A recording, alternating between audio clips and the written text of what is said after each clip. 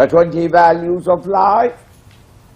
Through study, living it, you purify your mind and intellect and make it calm, serene, quiet, alert, vigilant. And such a mind is the vehicle for to rocket on to the higher reality. Now I shall explain to you that jnayam, the thing to be known, with such a jnanam, such an instrument purified for that purpose. Just as a plane cannot take off until the ground engineer signs the machine that it is fit for the next 6 hours, he has to check up everything and then sign the paper. The pilot cannot take off until the machine is passed, certified that it is fit for the next 4 or 5 hours. In the same way, when the vehicle is fitted up properly, you can take up the journey. Now when you are taking up the journey, you must know the destination. Jnayam, the thing to be reached. That jnaya vastu, tada, whatever is that neja vastu, that destination, pravakshami, I shall now discuss with you. Yajñatva amritamasnude, when you once reach there.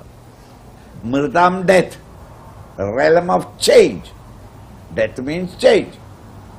You escape the Einsteinian world and the consequent sorrows, sufferings of change into amrita, deathless, changeless.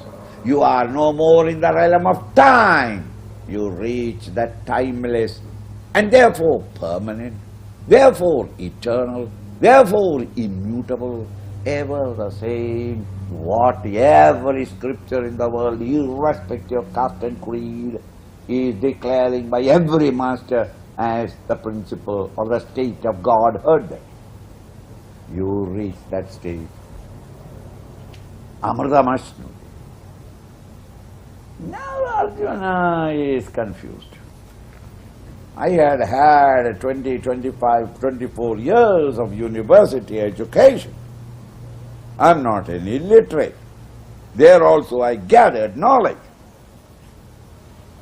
When I gathered knowledge in the universities, no university professor ever interfered with my private life.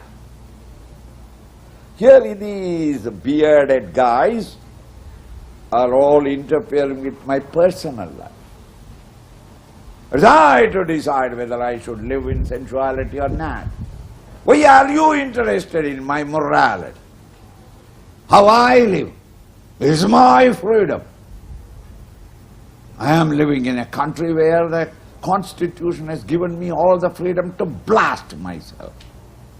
Who are you to stop me? Why do you interfere in my private life? You know a knowledge. I have come for your knowledge. You just pass on the knowledge. Why are you interfering in me, in my life? Then you will not have any identification with the things, and no attachment to the wife and children, no attachment to the beings. Why are you interfering with me? That is my business. You just explain to me. Arjuna has got a difficult. Krishna confesses, what am I to do, my dear Buddhu? My dear fool, what can I do? You came to study a particular theme. That theme is subjective. It has nothing to do with objective. The methodology followed in objective sciences and study, that is not the methodology that we can follow in understanding the subjective reality. So the uniqueness of the subject matter that you are discussing or we are trying to study requires these adjustments. Just as an astrologer or astronomer cannot function in a chemistry laboratory. We have got a chemistry laboratory, you can start your research there. What? Astronomer. He needs a different set of things, isn't it? See? English literature, you want to write a thesis, go to the mathematics department. His mathematics department, how am I to write a thesis on English poetry, 17th century poetry? I must have a library. If this is understood. The objective sciences are only information gathering and you can give it to them. But here, each individual is allowed to think and discover and go reach them. Think?